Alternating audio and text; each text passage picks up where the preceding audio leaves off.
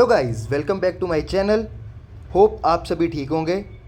आज हम अब स्टार्ट करने जा रहे हैं अपना next chapter, magnetic properties of transition metal complexes. इससे पहले हमने अपने 2 चैप्टर कंप्लीट कर दिए हैं, जिसकी प्लेलिस्ट आपको हमारे चैनल पे देखने को मिल जाएगी। हमारे फर्स्ट लेक्चर के जो टॉपिक्स रहेंगे वो होंगे paramagnetism, diamagnetism, origin of paramagnetism, कि पैरामैग्नेटिज्म क्या होता है, पैरामैग्नेटिक सब्सटेंसेस क्या होते हैं, डायामैग्नेटिज्म और डायामैग्नेटिक सब्सटेंसेस क्या होते हैं, और third point origin of paramagnetism. तो चलिए गाइज अपना फर्स्ट लेक्चर शुरू करते हैं। Most of the transition metal are paramagnetic in nature due to the presence of unpaired electrons, की बहुत से ट्रांजिशन मेटल कॉम्प्लेक्सेस जो हैं वो पैरामैग्नेटिक होते हैं नेचर में, क्योंकि वहाँ पे प्रेजेंस ऑफ अनपेयर्ड इलेक्ट्रॉन होता है। जो अनपेयर्ड इलेक्ट्रॉन्स है वो बिहेव करते हैं as a tiny magnet as a result of their spin about their axis, जो कि उनकी स्पिन होती है उनके एक्सिस के अराउंड, उसके रिजल्ट में वो ये जो है वो as a tiny magnet behave करते हैं। हमारे पास मेनली 2 टाइप का मैग्नेटिक बिहेवियर जो है वो हमारे ट्रांजिशन मेटल कॉम्प्लेक्सेस शो करते हैं, जिसमें फर्स्ट आता है पैरामैग्नेटिज्म और सेकंड आता है diamagnetism. The substances which are attracted by magnetic field are called paramagnetic substances. ऐसे सब्सटेंसेस जो मैग्नेटिक फील्ड से अट्रैक्ट होते हैं उन्हें पैरामैग्नेटिक सब्सटेंसेस बोल दिया जाता है।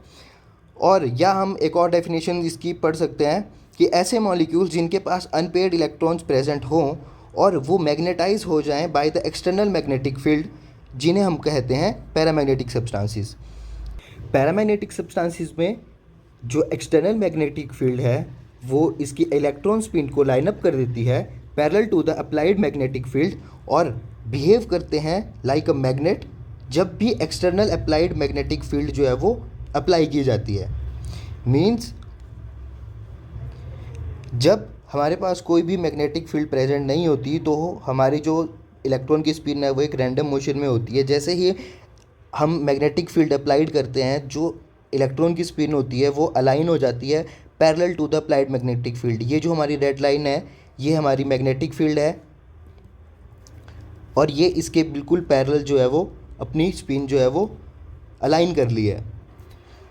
So at the last, larger the number of unpaired electron in a substance greater is the paramagnetic character, कि किसी सब्सटेंस में जितने ज़्यादा number of unpaired electron present होंगे उतनी ही ज़्यादा पैरामैग्नेटिक करेक्टर उस सब्सटेंस का होगा। सो नेक्स्ट इज डायामैग्नेटिज्म और डायामैग्नेटिक सब्सटेंसेस।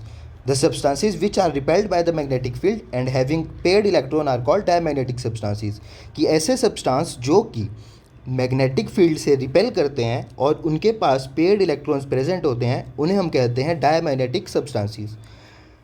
और ऐसे मॉलिक्यूल जिनके पास कोई भी अनपेयर्ड इलेक्ट्रॉन प्रेजेंट नहीं होता और जो कि एक्सटर्नल मैग्नेटिक फील्ड पे मैग्नेटाइज भी नहीं होते, उन्हें भी हम डायामैग्नेटिक सब्सटेंसेस बोलते हैं।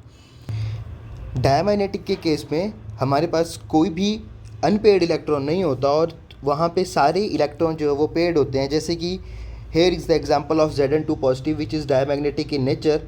इसके पास जो है वो सारे इलेक्ट्रॉन जो है वो पेयर्ड फॉर्म में प्रेजेंट है। सो नेक्स्ट पॉइंट हमें क्या बोलता है कि जो मैग्नेटिक फील्ड आती है इन पेयर्ड इलेक्ट्रॉन से, इनके पास जो है वो अपोजिट स्पिन होने की वजह से ये आपस में ही कैंसिल आउट हो जाती है। Next point, in diamagnetic substances the electron spins anti parallel to the applied magnetic field.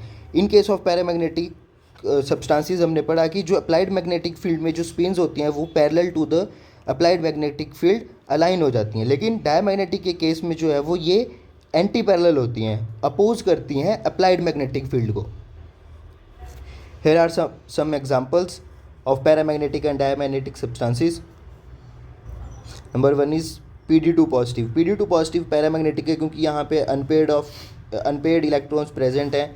MO3 positive भी पैरामैग्नेटिक है क्योंकि यहाँ पे भी 3 अनपेयर्ड इलेक्ट्रॉन्स प्रेजेंट हैं। और Zn2 पॉजिटिव और Mn7 पॉजिटिव ये दोनों डायामैग्नेटिक हैं इन नेचर।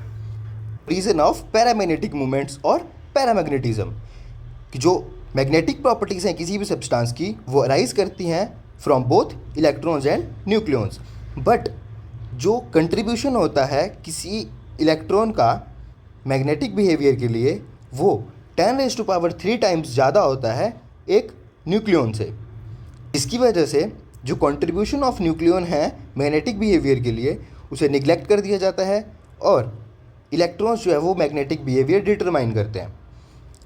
इलेक्ट्रॉन जो है वो मैग्नेटिक प्रॉपर्टीज़ को टू वेज में डिटरमाइन कर सकते हैं। First is each electron can be treated as a small sphere of negative charge spinning on its axis and the spinning of the charge produces magnetic field. कि जो electron है उसे as a small sphere of negative charge treat किया जाता है जो कि अपने एक्सिस के अराउंड स्पिन करता है और स्पिनिंग ऑफ चार्ज की वजह से मैग्नेटिक फील्ड प्रोड्यूस होती है। Second is an electron travelling in a close path around a nucleus will produce magnetic movement. कि एक इलेक्ट्रॉन जो है वो एक किसी क्लोज पाथ में ट्रैवल कर रहा है न्यूक्लियस के अराउंड, इसकी वजह से भी जो है वो मैग्नेटिक मूवमेंट प्रोड्यूस होती है। सो इसी के साथ हमारा लेक्चर 1 कंप्लीट होता है। होप ये तीनों टॉपिक्स आपको अच्छे से समझ आए होंगे। अगर आपकी किसी भी टाइप की कोई क्वेरी होती है तो आप हमसे इंस्टाग्राम पे कनेक्ट कर सकते हैं या कमेंट बॉक्स में अपनी क्वेरीज अपलोड कर सकते हैं। For more such videos please subscribe our YouTube channel. You can also connect with us on our Instagram handle. Don't forget to press the bell icon to never miss an update. Be the part of ChemCurious family. Thank you.